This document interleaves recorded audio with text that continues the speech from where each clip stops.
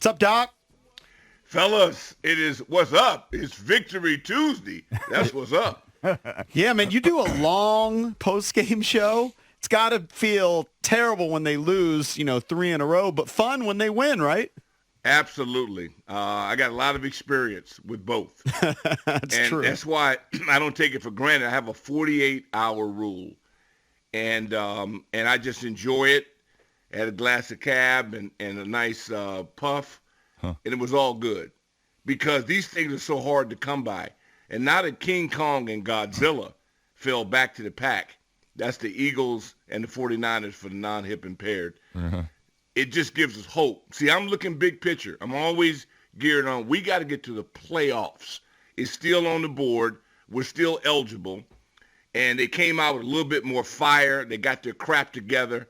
And we had contributions, man, from the choir stood up.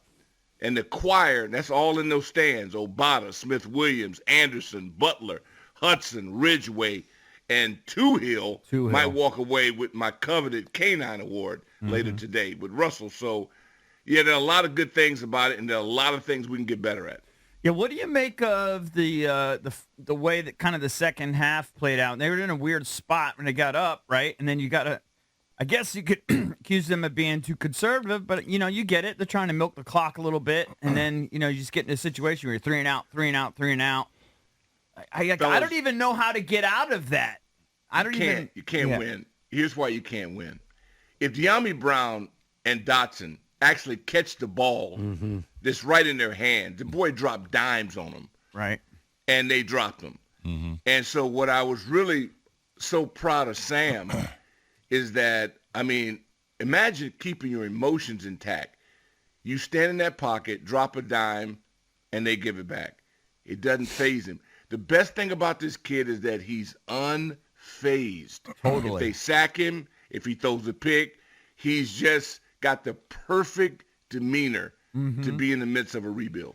Right. Isn't we talked about this yesterday, Doc, the Dotson stuff. The fact that he's only getting, a handful of targets at the most.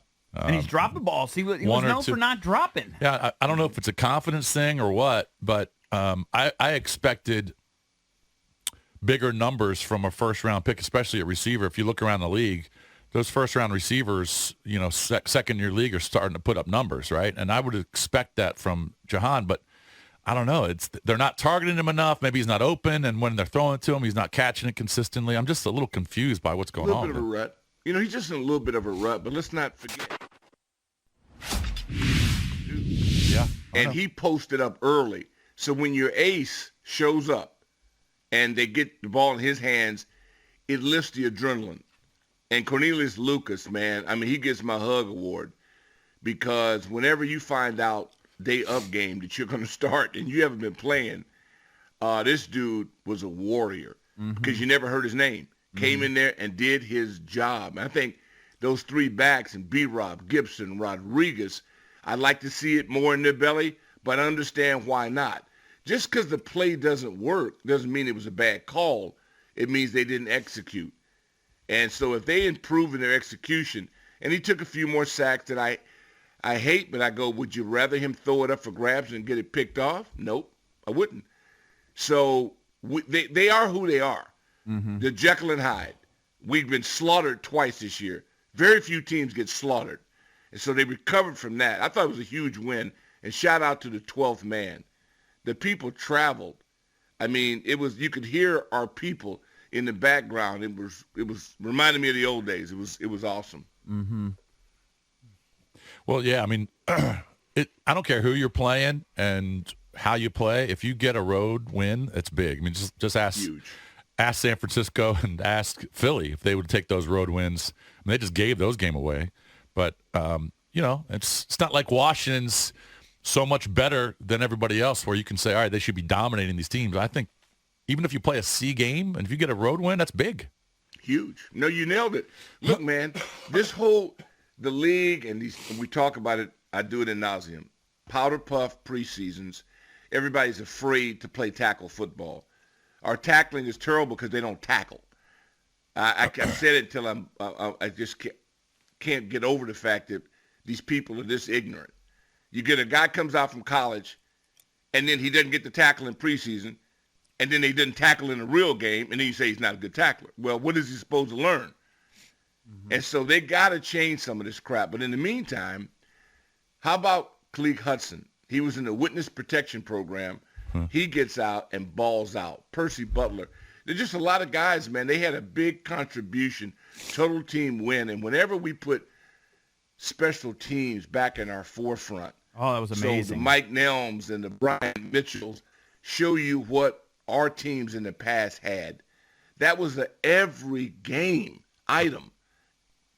You know, Doc, you're talking about some of the guys who had been in witness protection and balled out. You also had a guy who was drafted high in the first round, benched, wasn't out in the field at all. Do you integrate him back onto the field because of his draft status, or do you say, hey, we're just going to keep playing the best players and keep him on the bench? Never. Hungry dog gets the bone. No, he keeps practicing. He gets better. He will learn some things. It'll settle down in his mind. They also, let's give Jack Del Rio a pop because he turned up the heat. Mm-hmm. That was not vanilla ice cream they served. I mean, that was Neapolitan because they were bringing it from a lot of different areas, but I just like the overall balance of the roster. Everybody's getting paid, so everybody's got to do something.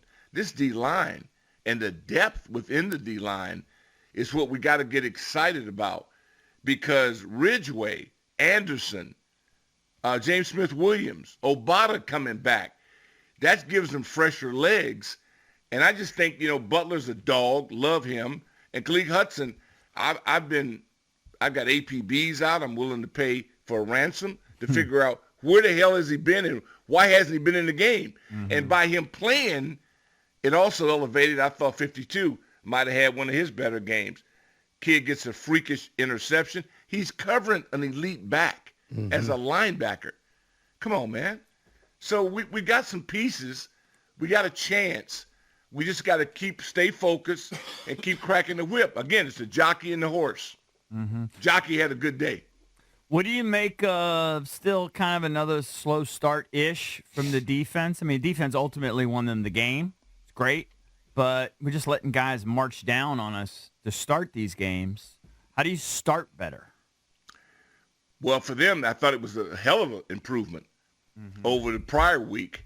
Right. And you're playing, they're equals. And you're playing, they have some studs. I mean, I love the way Atlanta's built.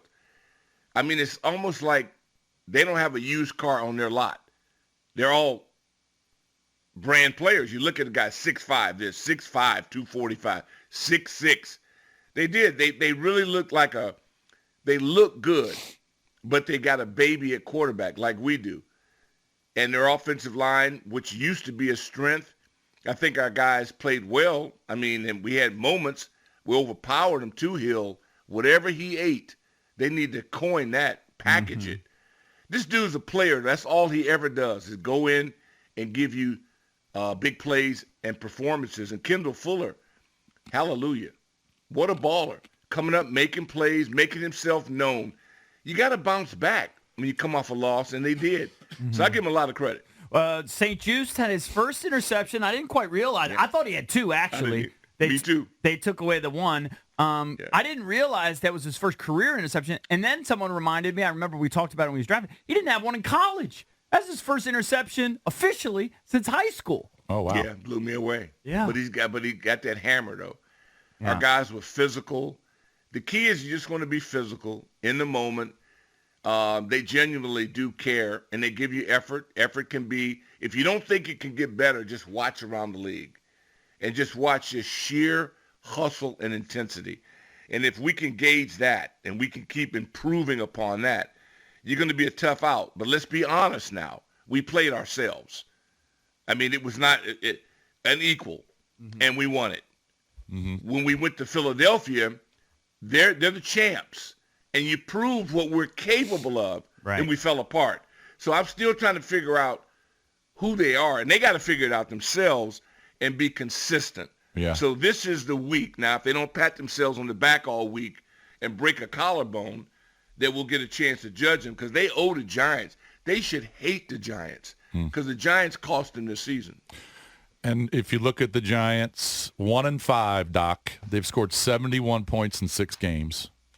All right. I don't think anybody has scored less than 71 in 6 games. The Patriots have scored 72. Just think about that. The Patriots have been so bad they have 1 more point than the Giants. But we don't know who's going to play quarterback. We assume Jones will be back. But over the past couple of years, 2-3 years, Jones has played pretty well against Washington. Barkley's obviously back. So even though the Giants are really bad and they've been outscored by 96 points, 4 straight losses, Washington's only a 1.5 favorite. So should be a pretty close, ugly defensive game, I would think. That's just how they played over the last 6 or 7. So what are your thoughts on this matchup? Evil. I mean, another equal. It's just like Atlanta. But you owe these guys something. You had no reason to hate Atlanta. You should hate these guys.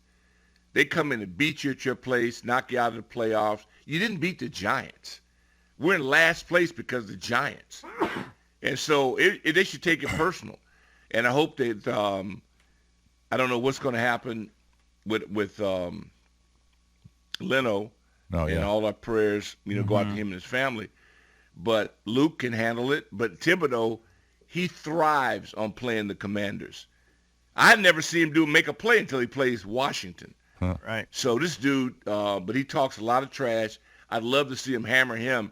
It's all going to come down to, do we make the plays? They're there. We got to make them. If we make them and it could ever get a lead, I thought we'd score 35 points against Atlanta. And there was every reason that we should have, but we didn't. So it all comes down to these kids, man. Do they get it? Do they understand it? You can play in a desperate team. And I hope Danny Dimes comes back, because I don't want to deal. And both he and Tyrod's affected it, but Tyrod now mentally he's got to be a vegetable. Because when your coach rips you apart that way, Dabo, it just that's humiliating. He won't recover from that. It'll take him a minute. What's the worst you ever saw in your career of a coach going after a player? Do you remember? No, I just remember Joe Bugle. If you missing a play or missing a block and coming over and to deal with him, he called you everything but a child of God by the time you got by the yard marker. But then again, he'd hug you the next play if you earned it. You got to be who you are. They're grown-ass men making a fortune. My whole philosophy is that if we just get our money's worth, we'll be fine. But when you pay for something and don't get the results, you're not winning. Our payroll says we're not at the bottom, so we shouldn't be at the bottom in any category. If we just get what we pay for, we'll be fine. Doc, have you seen enough? We've seen 7 games now from Sam to say that we've got our guy, or is it still too early? Yeah, way too early, because that's got to be, to me, it's got to be determined by not his stats, but do we win? And now I can't blame him. The guy he dropped 2 dimes on 2 elite athletes. And for De'Ami Brown, now this is twice. Come on, Slim. You're not a one-hand guy. Your hand's too small. He doesn't lay out. Well, I don't know what, but that's his coach's issue. Though. If he's still in the game, that's not on him. That's on them. Well, Doc, to be fair, on the one-handed thing, his right hand was getting held by the DB. His right arm was getting called. Huh? No, he didn't get the call. Okay. But I think that's why he only tried with the left hand, because his right arm was getting pulled by the DB. That's what I saw anyway. No, you're right, but I never judge it. It's just because some other guy did it. We see it every week. Make the play. I guarantee when he tells his agent, he's going to say, we got to get the bag. Okay, make the play. That's all I'm saying. We have got to get what's owed to us. We're paying a lot, but we don't get a lot of results. Our results don't measure the payroll, is my point. So jockey, again, horse, whip. Bring the whip out. I think we got better performance, and now we got to just keep the pressure on, because this thing is open, man. It's possible we could be in the hunt. All right, Doc, hopefully your next post-game show is another dub, another victory Sunday, so we can have another victory Monday and keep it rolling. I'd love JP Finley actually call me, man. So I know we're doing well if we get Finley to take time come out of his limousine and give me a call. So that was awesome. Hey, man, you guys keep kicking tail, man. All right, thank you, Doc. Doc Walker, you can listen to him on the Burgundy Gold post-game show, which is right here on 106.7 The Fan.